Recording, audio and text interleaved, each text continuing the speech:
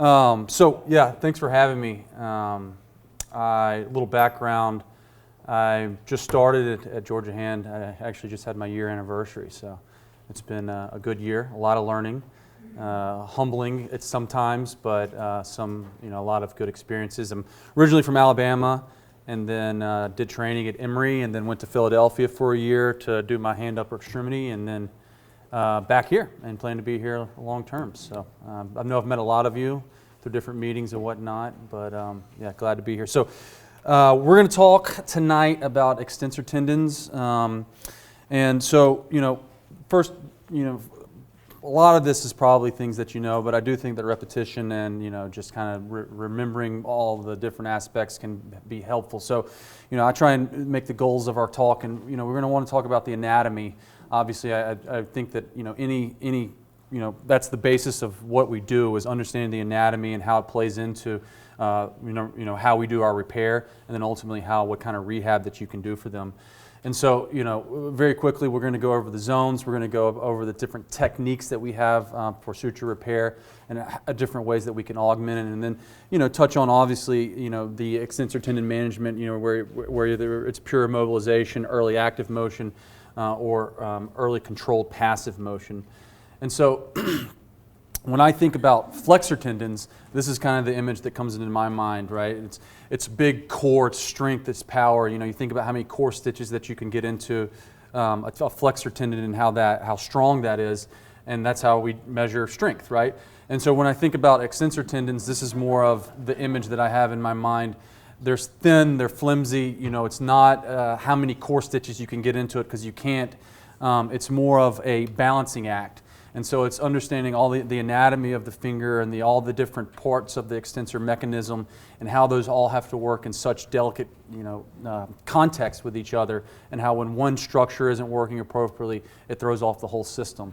And so they are two very different systems. And, flexor tendon in the literature gets all the kind of the glory and the research and everything, and not as much for extensor tendons, but I would argue that they're much more complex and complicated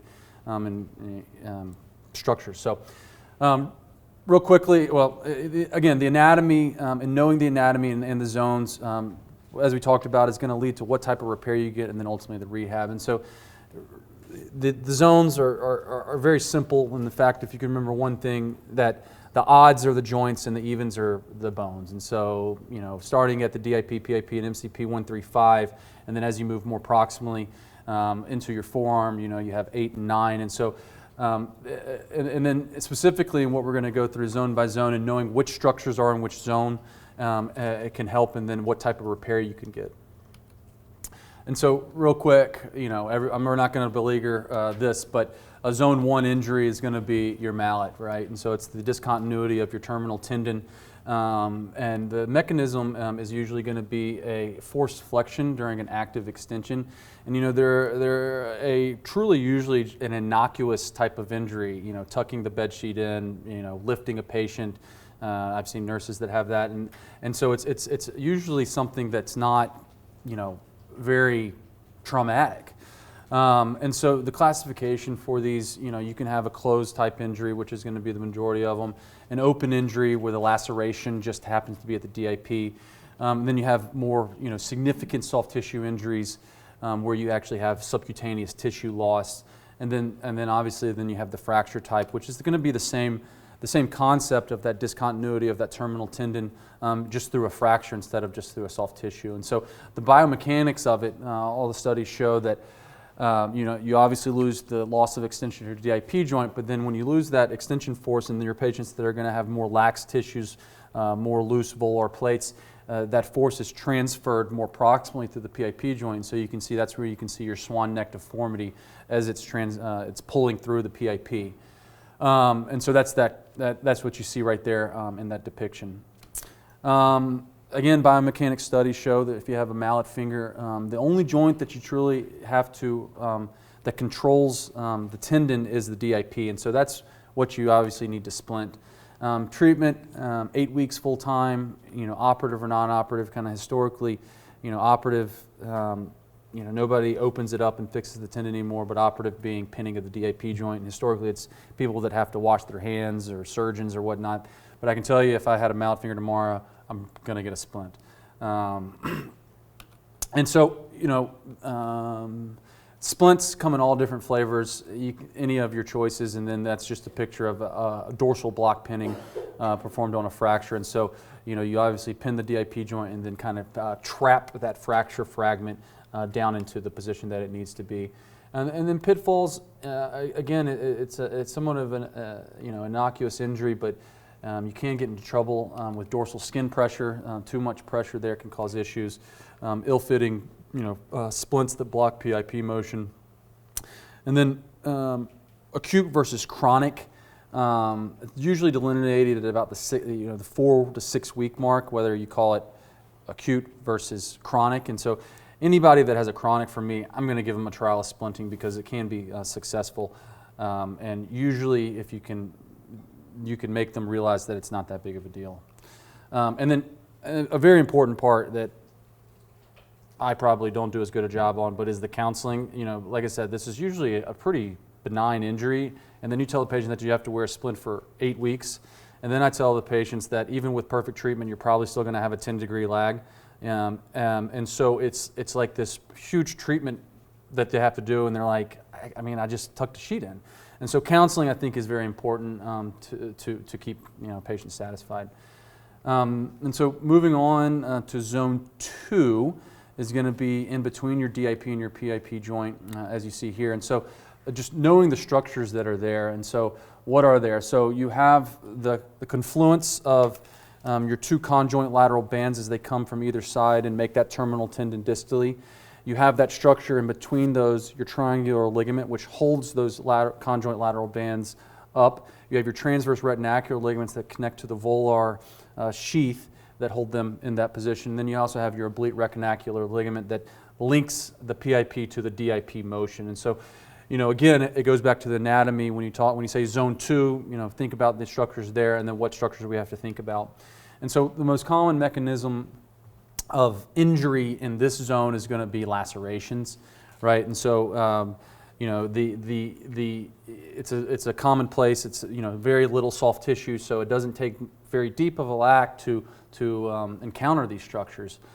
Fortunately, you can have a complete transection of one of your conjoint lateral bands and can have a full extension of your DIP.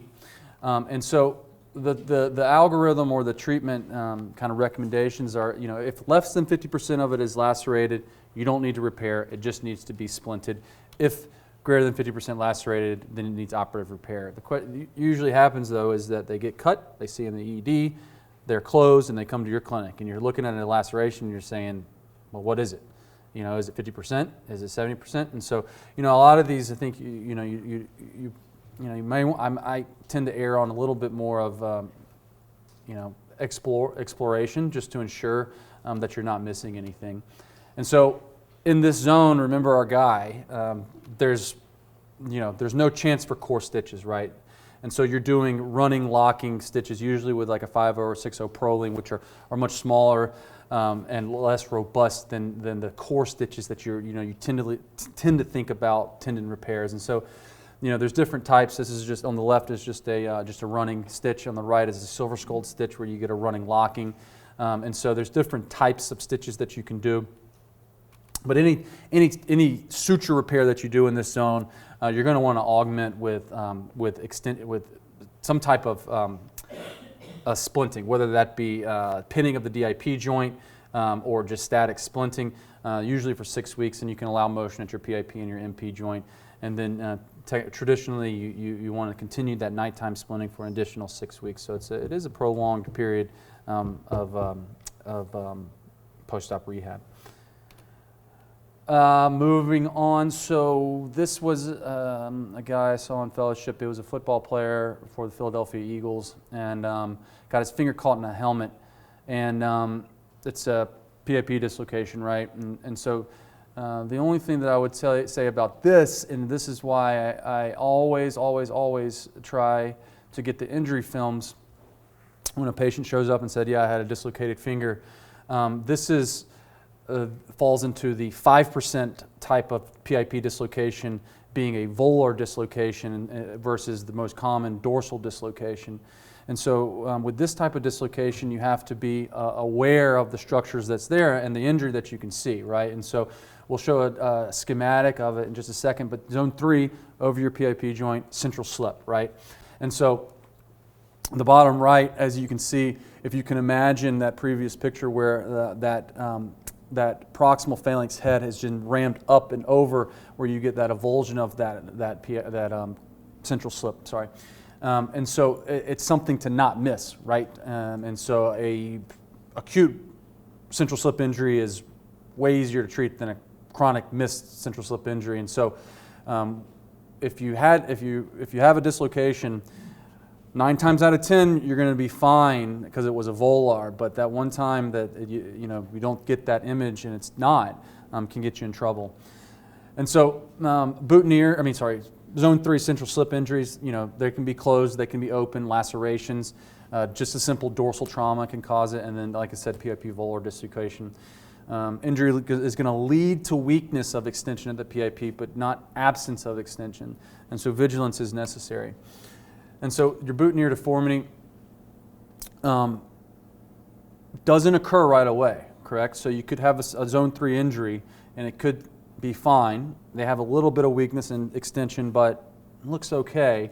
And then 2 or 3 weeks later, you start to see, this, maybe not this dramatic on the right, but it happens, right? And so it's the injury or the attenuation of the other structure that leads to this. And so remember what that is? The triangular ligament, right? And so when you're looking at it, and I like this diagram because it does, I feel like it does a good job of kind of explaining it. And so if you have your central slip injury, and this is your acute injury, your conjoint lateral bands are dorsal to the axis of rotation of your PIP, so everything works normal. It still has an extension force, so anything on the dorsal side of that is going to be an extension force. Anything on the volar side is going to be a flexion force. And so as that triangular ligament attenuates and those bands slip volarly, then that's where you're going to start to see the classic deformity, and you turn a normally extension force into a flexion force because now it sits volar to the center of axis of the PIP joint. And so it's that combination of the central slip injury and then the injury to the triangular ligament together that gets this deformity. And so the test for it is called the Elson test, right? And so this is a diagram of that. And so PIP is flexed 90 degrees over, and you're looking at the DIP, right? And so if the injured side on this is the left, right? And so why that is that with that discontinuity, I think about it like a yoke. And so as the PIP is flexed 90 degrees, it's pulling that whole system forward. And so it's creating slack at the DIP joint. And so with an intact central slip, as that whole system is pulled forward, it's lax, okay? And with this discontinuity of the central slip, however, you don't get that advancement of the remainder of the system, and the DIP goes rigid. It can be subtle. I tend to err on the side of caution a lot of times, but it's kind of the gold standard for a test to test the central slip. So treatment, acute central slips, you want to splint the PIP 6 weeks in extension with working on active DIP flexion. And so that helps to draw those conjoint lateral bands and keep them in the position they need to be. Open lacerations at the PIP joint, like I said, a lot of times these should probably be washed out because you're going to have joint involvement. So you're going to have an open joint, and then you want to fix either with suture anchor if it's close enough to the bone, versus again another running type of suture repair, as you see down on the right. Chronic, supple, still splint, fixed, problematic. I don't know. A year in practice, I think I've had 5 of these, and they're very difficult.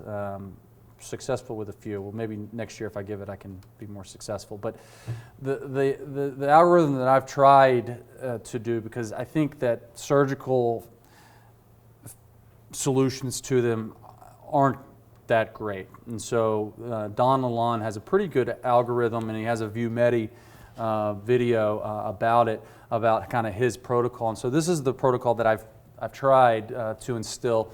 And so when you have a fixed flexion contracture, your PAP, first I try and correct this, right? And that's through serial casting, whatever way you can come up with, and get it as good as you can. And if you can get it to within 20 degrees, then take that, however long it takes, although I have failed on that. And then while you're doing that, you want to obviously continue to encourage DIP flexion while doing so. And so once you get them to that position, then you transition them to a relative motion splint, but a flexion orthosis as opposed to the extension orthosis. And that's for 3 months. And so, you know, these splints are pretty, you know, day-to-day basis can be tolerated pretty well. And so it's a prolonged period of splinting, but again, you know, you read his results, which are, you know, phenomenal. So I take it with a little grain of salt, but it's worth a shot. And then therapy just until full flexion's recovered, and then a spare splint, but usually if they just break one. And so I've been successful with one patient with this protocol that had a fixed. The other one, serial casting, failed. So again, it's a problem, and that's why that high vigilance is required to not get there. Moving on to zone 4. So zone 4, again, it's going to be lacerations. It's going to be right over P1. It's a lot of times going to be partial injuries, and it's going to be the same story. You know, you have a laceration, seen in the emergency department, closed, and then they come to you. And what do? Is it 50% lacerated? Is it more? So again, you're more than likely going to surgically explore it. And so again, the same tenet applies of the 50% rule.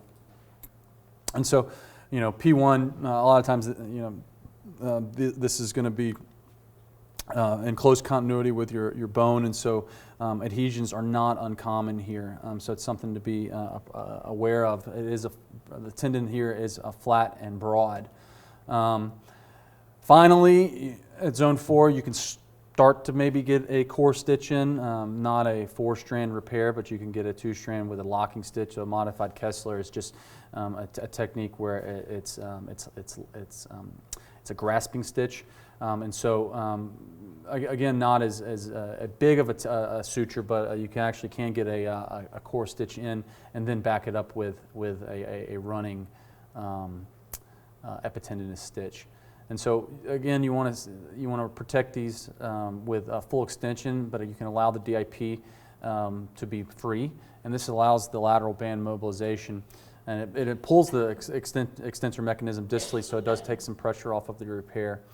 You know, and I didn't fail to mention too, if I'm fixing a central slip surgically, I'm pretty much guaranteed I'm going to pin that PIP joint for at least a few weeks. And same thing holds here. If you have a significant trauma and you're worried about it, then you want to protect it with internal fixation. Next, a little blurry picture, but a 21-year-old male punched a wall, right? 21-year-olds don't punch walls. They usually punch people in the face. And so zone 5 is going to be your fight bites, right? And so zone 5 over the joint at the MCP. High index of suspicion. MCP is inoculated with bacteria. Basically, I'm going to take all these probably to the operating room to wash them out. And you've been surprised about the soft tissue injuries that you can see, not necessarily infections, but you know, tendon injuries, sagittal band injuries that need to be addressed as well. And so the sagittal bands, remember, they're all over the MCP. They act as that lasso, right? So the extrinsic extensor tendons of the hand extend the MCP. right? And so they don't have any direct insertion into P1. It does it through that lasso effect of those sagittal bands that connect to the volar plate. And so there's no true direct insertion, it's just that pull. And so radial-sided ruptures are the classic. They're thinner, weaker. In your rheumatoids, those are going to be the ones that rupture, the ulnar deviation. The tendon's going to, subluxate to that intact side, so it's usually going to be in that ulnar gutter, right? And so these are the ones that when it's true subluxation into the valley, have a hard time initiating that extension from a flexed position, right? And it can look like a trigger finger, actually. And so it's something that I always try and look over with catching and locking, is to see, because it can look similarly. And so this is just kind of the picture, what you see over here, upper left, a clinical picture. You can see the subluxation, and then a nice diagram of the sagittal band there. It's a nice, robust, thick structure, and so it does take a good bit. Boxer's knuckle, right? So a boxer punch there, swelling, and so the treatment of this is going to be your relative motion extension orthosis.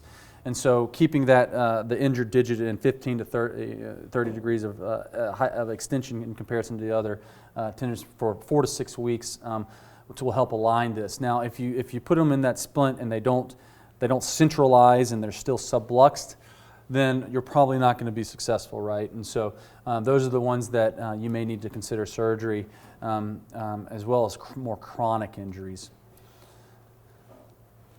Zone 6, moving proximally, are going to be over your metacarpals, and so these historically are better, have a little bit better outcome due to kind of the less intricate associated, less structures there. They're going to finally be more tendinous-like, more flexor tendon-like with a true robust tendon. Juncture tendineae, you got to be careful with a laceration that these can fool you as they still have extension through these interconnections, and so it's something to be aware of. You get decreased adhesion formation and then less chance of that tendon imbalance that we said. So we're finally getting off out of those, the area where there's so many different structures involved. And it's more cord-like. You can get core and epitendinous stitch. So again, core stitches, whether it be a 2-strand or 4-strand repair with locking, and then backed up with an epitendinous stitch, as you see on the bottom right, where it's a running stitch. So static or dynamic splinting, you want to extend the wrist 30 to 45 degrees, keep the MPs flexed and the IPs free for motion, and to protect these. Zone 7, so they're going to be, again, the odds are going to be over the joints. So this is the carpal, and so this is going to be, your dorsal compartments, as you can see on the bottom right.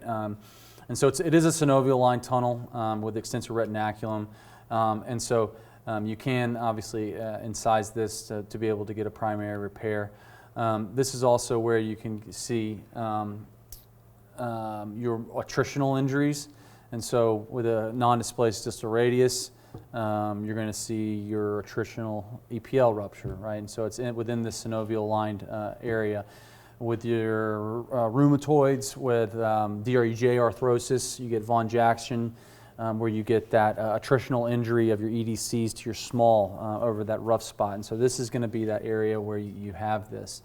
And then the repair technique here, you're starting to get into your bigger caliber sutures, so 2-0, 3-0, and then 4-strand repair. So you're starting to talk more about your classic kind of flexor tendon model, and then again a 5-0 or 6-0 running epitendinous stitch. And so we mentioned those chronic injuries, attritional injuries. You can't really repair end to end, right? And so for the EPLs, the best option is the EIP. It's a really fun procedure. You can do it wide awake to set the tension correctly, and it's pretty rewarding. You can do tenodesis, and so if you have ruptures to your small finger, You could do an EIP to transfer, but really, if you just kind of piggyback on those other ones. The big thing, though, is to address why it happened, too, right? So if you have a rupture to the small finger and you go and you fix the small finger, okay, well, why did it happen?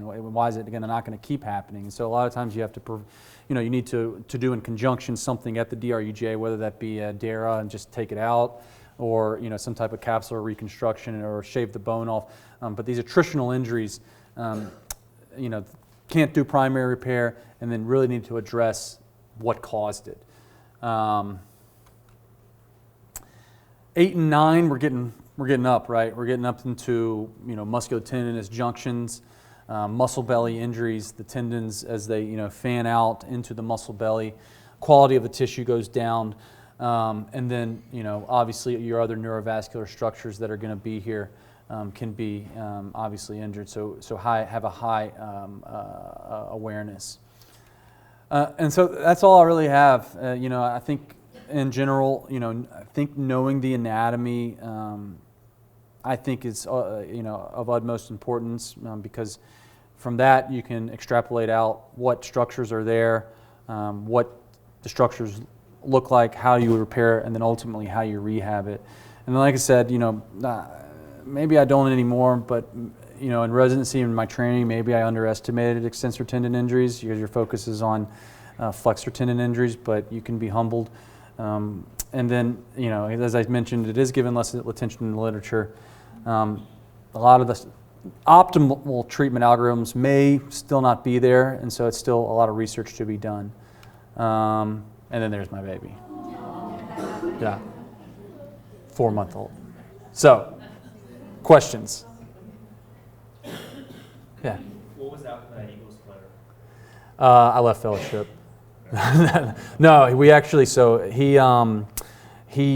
we could not get it reduced closed, so we had to take him to the operator room. So a lot of those can buttonhole through, and so we had to do an open reduction, and he had buttonholed through his conjoint lateral band and his central slip. His central slip was actually intact, so we were able to reduce him, but we pinned him in extension just for protection. But I didn't get any long-term follow-up. But he was like 6'5", 300, and he had been tried to reduce at some outside facility, and then I tried to reduce him, and it was like, this isn't happening. And it was still kind of challenging to do it open, but.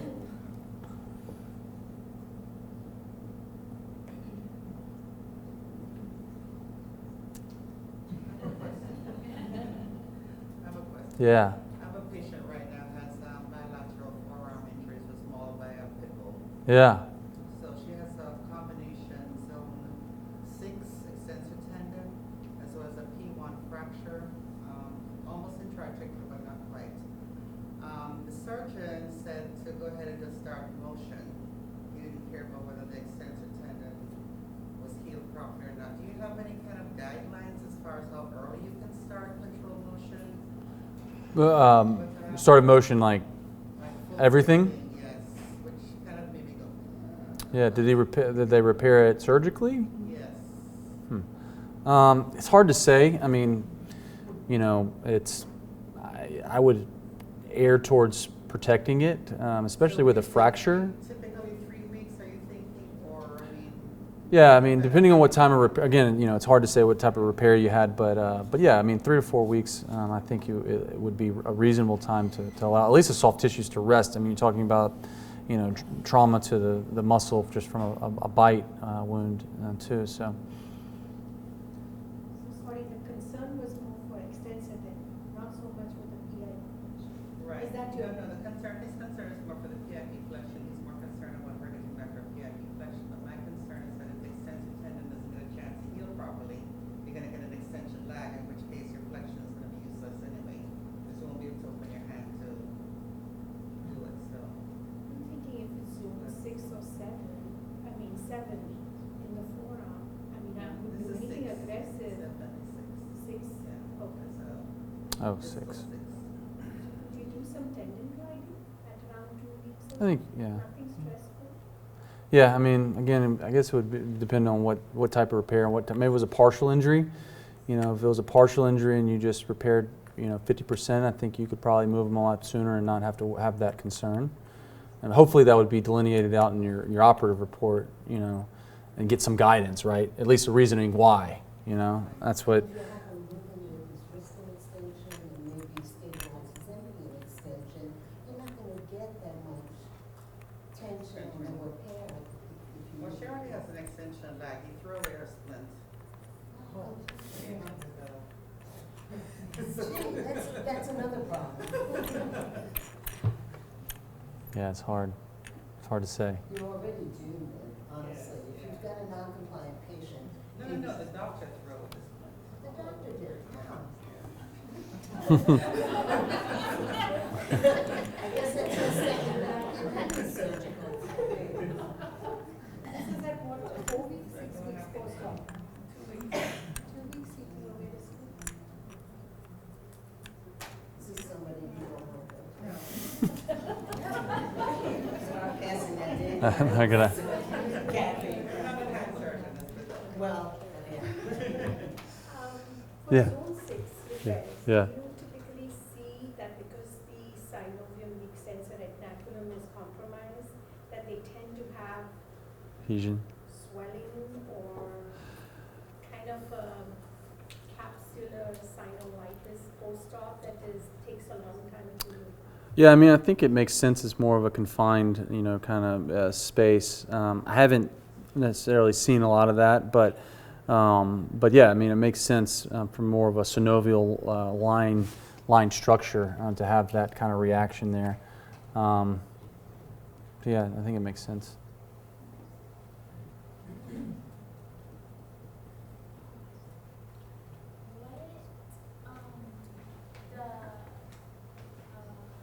Sorry, I just forgot what it was called.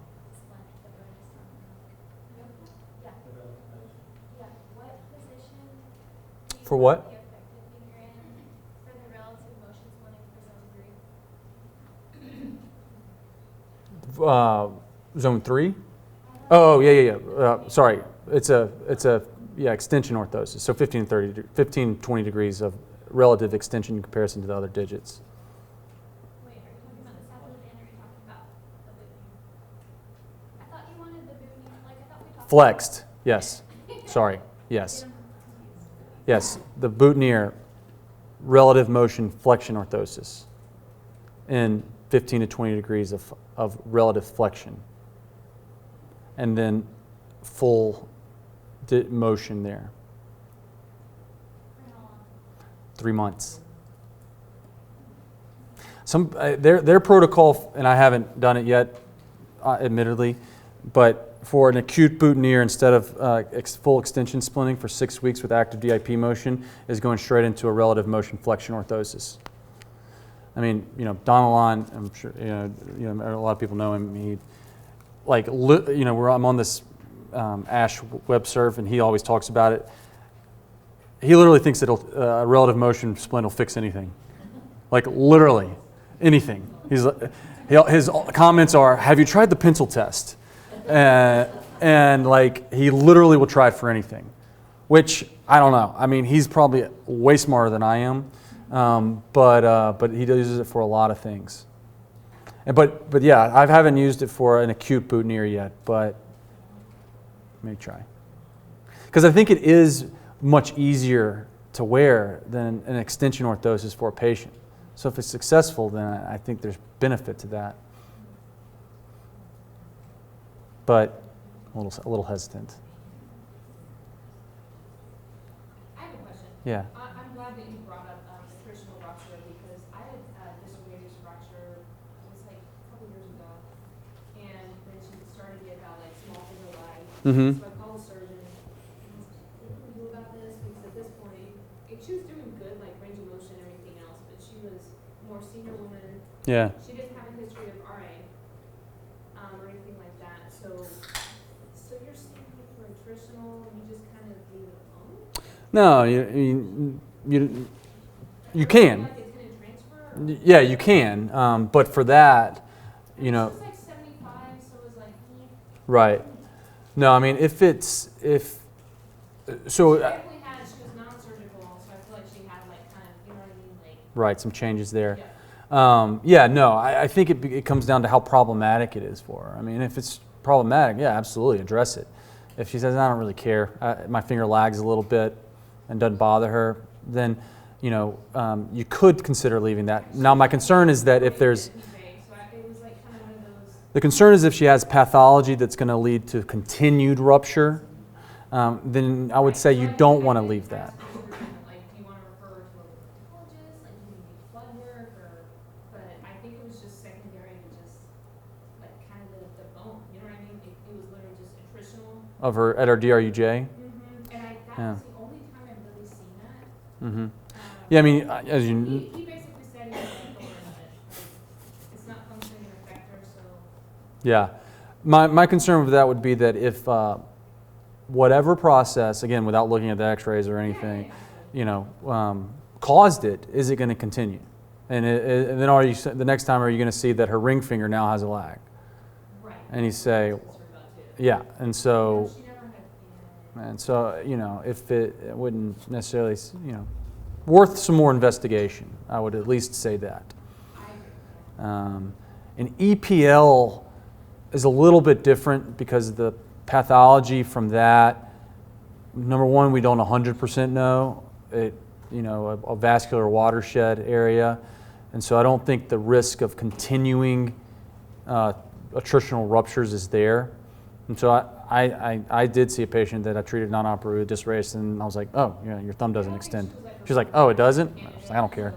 It's like, good. Like, just going forward, I'm like, if I ever see that again, I'm like.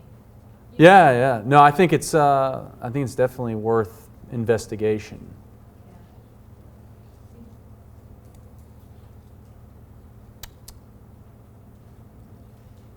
All right. Go home, get some sleep. Thanks.